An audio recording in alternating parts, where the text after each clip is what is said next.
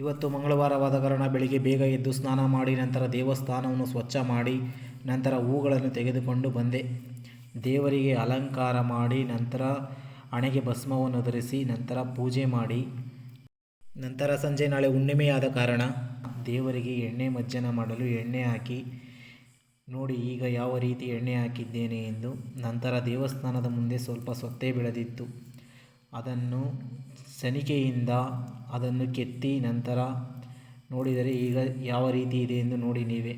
ಈಗ ನಂತರ ಎಂದಿನಂತೆ ದೇವಸ್ಥಾನದ ಕಡೆಯಿಂದ ಮನೆಯ ಕಡೆ ಬಂದೆ. ಮನೆ ಹತ್ತಿರ ಬಂದು ತೋಟಿ ತೆಗೆದುಕೊಂಡು ಹೋಗಿ ಬಿಲ್ವಪತ್ರೆಯನ್ನು ಎಲೆಗಳನ್ನು ನಾಳೆ ಪೂಜೆಗಾಗಿ ತೆಗೆದುಕೊಂಡು ಬಂದೆ. ನಂತರ ಮನೆಗೆ ಬಂದು ರಾತ್ರಿ ಊಟ ಮಾಡಿ ಹೊರಗಡೆ ಹೋಗಿ ಕುಳಿತಿದ್ದೆ. ಸ್ವಲ್ಪ ಸಮಯದ ನಂತರ ಇವನು ಬಂದ. ನಂತರ ಗಾಡಿಯನ್ನು ತೆಗೆದುಕೊಂಡು ತಟ್ಟಗುಪ್ಪಿಗೆ ಹೋಗಿ ಹಾಲು ಮೊಸರನ್ನು ತೆಗೆದುಕೊಂಡು ನಾಳೆ ಅಭಿಷೇಕಕ್ಕಾಗಿ ತೆಗೆದುಕೊಂಡು ಎಂದಿನಂತೆ ದೇವಸ್ಥಾನದ ಕಡೆ ಹೊರಟು.